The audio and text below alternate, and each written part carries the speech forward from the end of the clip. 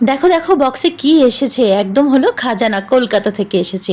Hello everyone, good morning. আমাকে একদম ignore করো, আমার লাগছিল একটুখানি ঠান্ডা, আবার বেশি ঠান্ডাও লাগছিল না, তাই ওড়নাটাই একটু গায়ের মধ্যে জড়িয়ে নিয়েছি। ঘুম থেকে উঠে ফ্রেশ হওয়ার পর প্রথম কাজ থাকে কিচেনে এসে চা বসানো। তো এক পাশে দুধ আর এক পাশে চা বসিয়ে দিয়ে চাটা খাওয়ার পর দুপুরের রান্নাবান্নাটাও জলদি জলদি করে নিয়েছিলাম। আর বিকেলবেলা না আজকে ঝমঝমিয়ে বৃষ্টি চালু হয়ে গেল, তো মৌকে বললাম জামা জলদি জলদি জামা কাপড়গুলো তুলে ফেল, আমি করছিলাম কিচেনে একটু কাজ।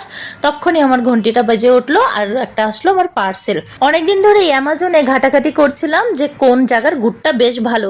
এই কোম্পানির গুড়টার রিভিউ দেখলাম বেশ ভালো দিয়েছে সবাই, তা ভাবলাম একবার অর্ডার করেই দেখি কেমন আসে। কিন্তু গুড়টা মুখে দিতেই এত স্বাদ গুড়টাতে বলার মতো না। গুড়গুলোকে আমি টুকরো টুকরো করে দুটো টিফিন বক্সে রেখে দিয়েছি। একটা ছোটটা এমনি শুধু শুধু খাওয়ার জন্য, ওর বাবার আবার এমনি শুধু শুধু গুড় ভীষণ পছন্দ, আর একটা বড়টা এরকম পেপার দিয়ে মুড়ে রেখে দিয়েছি। তো চলো আজকে টাটা, ভালো লাগলে সাবস্ক্রাইব করে সাথে